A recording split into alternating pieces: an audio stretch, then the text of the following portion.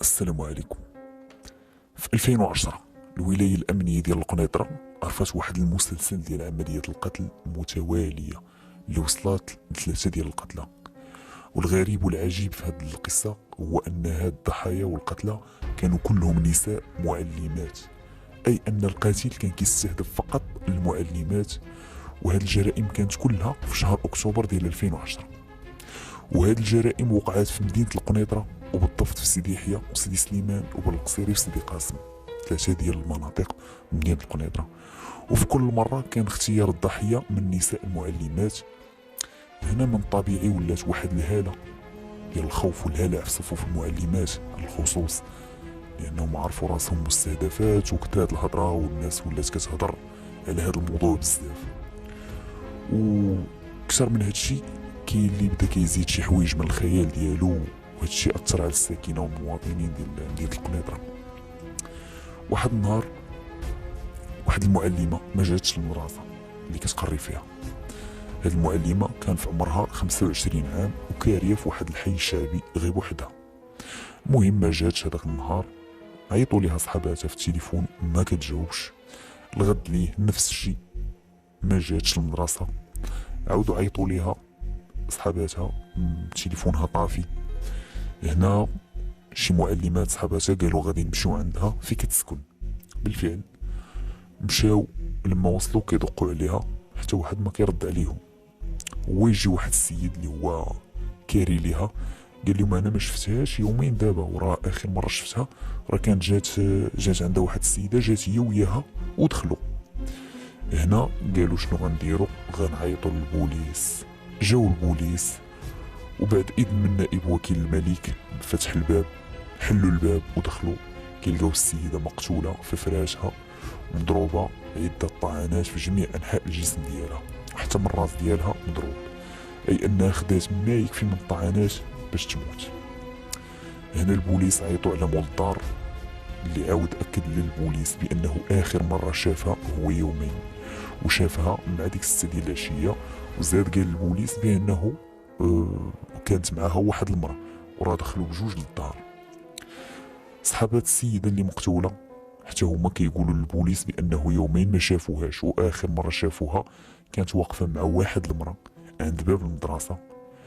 وقالوا باللي هذيك المرأة كانت كتطلب فيها تعاونها، يعني هما سمعوها كتقول ليها راه راجلي جرى عليا من الدار وضربني، وما عنديش عائلتي هنا في القنيطرة، وبغيت نبات عندك، الله يرحم لك الوالدين غير حتى الصباح ونشوف شنو ندير. وقالوا من تما بداتها معاها ومشات، وهذيك هي اخر مره شفناها فيها. هنا البوليس عاودوا عيطوا لهذاك مول الدار اللي كاري عنده المعلمه المقتوله، وقارنوا الاوصاف ديال المراه اللي جات مع المعلمه اللي عطاهم السيد. عيطوا ليه باش يعطيهم الاوصاف ديال السيد اللي جات مع المعلمه، وقارنوها مع الاوصاف اللي عطاو هذوك المعلمات صحاب هذيك المعلمه المقتوله. كيلقاو نفس المواصفات، مرة قصيرة ورقيقة ولابسة جلابة زرقاء ودايرة زيف كحل. المعاينات اللي داروا البوليس تبين ليهم من خلالها بأن السيدة ماتت وهي ناعسة، أي اللي قتلها خلاها حتى نسات، لأنهم ما لقاوش شي أثر ديال المقاومة. والغريب هو أنهم ما لقاوش ما يدل على أنه كاينة سرقة، لأنهم لقاو البسطام فيه الفلوس محطوط حدا القتيلة، ولقوا فيه تقريبا شي 16,000 ريال. هنا البوليس تأكدوا بأن القتل ما كانش بدافع السرقة، ولكن كان بدافع القتل فقط.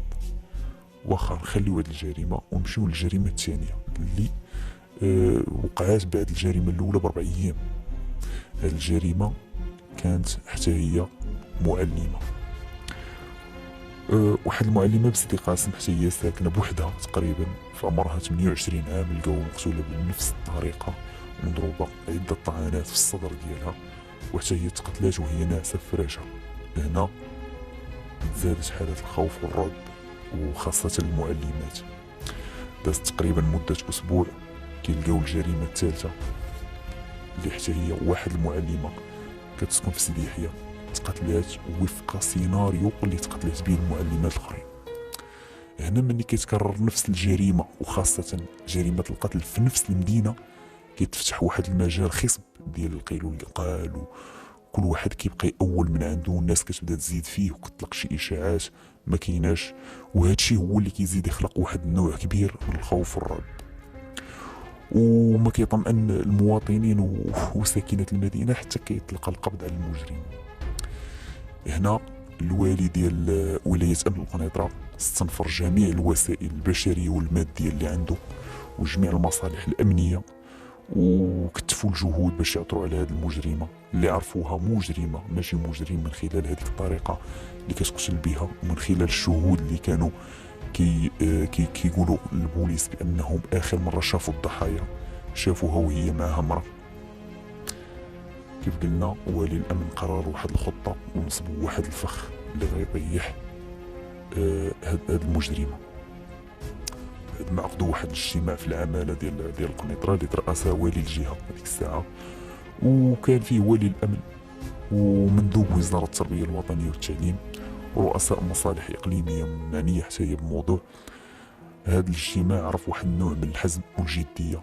اقترح والي الأمن واحد الخطة في هذا الاجتماع، هو أنهم يزرعوا واحد العدد كبير من المفتشات الشرطة في عدد من المدارس اللي يمكن تكون هدف، وهنا وافقوا على هذه الخطة وبالفعل داروا مفتشات في جميع المدارس ديال المدينة، واختاروا هذه المفتشات وفق واحد المعايير خاصة ديال أنهم لابد يكونوا مفتشات قصار شوية ورقاقات. علاش؟ لأن هادوك المعلمات اللي تقتلوا كانوا كلهم قصارات ورقيقات، ورجحوا أن المجرمة تقدر تكون كتستهدف هذا النوع من المعلمات. دونك هاد المفتشات لعبوا واحد الدور ديال المعلمات في المدارس، ودازت جوج ديال الأسابيع على هاد الخطة، ولكن ما كاين حتى شي نتيجة. ولكن في واحد العشية واحد المفتشة غادية خارجة من المدرسة وهازة الحقيبة ديالها في يدها، كتفاجئها واحد المرأة لابسة شي حوايج كيبينوا بأنها ما فحالهاش، وطلبات منها تعاونها وقالت ليها باللي راجلها جرى عليها. دونك قالت نفس داك الشيء اللي سمعوها هادوك المعلمات، كتقول لهذيك القتيلة الأولى كتقول لها بأنني جرى عليا راجلي وضربني وما عنديش فين نبات وما عنديش عائلتي هنا في القنيطرة. هنا وبالتنسيق مع الفريق ديال البوليس قالوا البوليس لهذيك المفتشة ما تسرعيش خذيها معك. بالفعل ديك المفتشة قالت لها مرحبا بك، ولكن قبل يلا معايا للمارشي نجيبو شي تقضية. علاش؟ قالت لي نمشيو للمارشي نجيبو شي تقضية، راه تما البوليس الاخرين يوجدوا شي سكن او شي دار اللي ينفذوا فيها الايقاف ديال هاد السيدة هذا. بالفعل ديك المفتشة داتها معاها المارشي، تقداو وجاو دخلوا للدار اللي بطبيعة الحال كانوا فيها البوليس في واحد البيت. هنا المفتشة قالت لهذيك المرأة انا صراحة ما فيا لي ياكل وراني عيانة وغدا خدامة مع الصباح غنمشي للناس، وانتي الا بغيتي تتعشي سيري طيبي راه الكوزينة. هنا هذيك المرأة حتى هي طالبة عليها، قالت ليها حتى انا ما فياش الجوع وباغا غير الناس. قالت ليها المفتشة واخا تعالي نعسي في هذا البيت. المهم المفتشة خلات هذيك المرأة في فراشها، دخلتها لواحد البيت وقالت لها انتي نعسي هنا، فرشت ليها. وشنو غادا دير المفتشة؟ جات لبلاصتها وحطات المساند وشي حوايج وغطاتهم بالمانطا وكأنها ناعسة، وقطعات الضوء ديال الدار ومشات دخلات عند البوليس في هذاك البيت الاخر، وبقاو كيتسناو. دازت تقريبا شي ساعة كيبان لهم السيدة خرجات من البيت وهازة واحد البيل صغير وجات كتسلت بشوية ووصلات حدا الفراش ديال المفتشة وبدات كضرب وما يخرجوا عندها البوليس. قالوا ليها على سلامتك، داروا ليها المينوط. ولكن كاينه واحد المفاجأة، هي انه بعد ما اتصلوا بالفريق ديال البوليس اللي متربص في الشارع اللي كان معاهم الوالي بنفسه، اللي قال لهم حلوا الشرجم وعطيو اشاره بهذاك البيل. بالفعل هزات هذيك المفتشة هذاك البيل وخرجت يدها من الشرجم وعطات اشاره بالبيل، وهي تجي واحد السياره كات بواحد السرعه، سياره كات كحله، نزل منه واحد الشاب في عمره تقريبا 32 عام وبدا غادي طالع مع الدروج ديال الموبل حتى وصل عند الباب ديال الشقه، وحلوا عليه البوليس الدار وداروا ليه المينوط وداوهم الكوميساريه. بطبيعه الحال البوليس ما محتاجينش الاعترافات ديالهم، ولكن السؤال كان هو علاش كتقتلو وعلاش بالضبط المعلمات.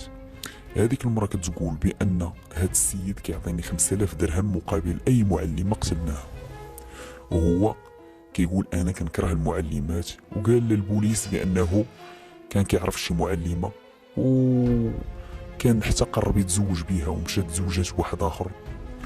وبطبيعة الحال بقى حاقد، وبما أنه هو ولد عائلة كبيرة وعنده إمكانيات أنه ينتقم من راسه، حط راسه في هذا الموقف ومشى بالمؤبد هو وهذيك السيدة اللي كانت كتقتل.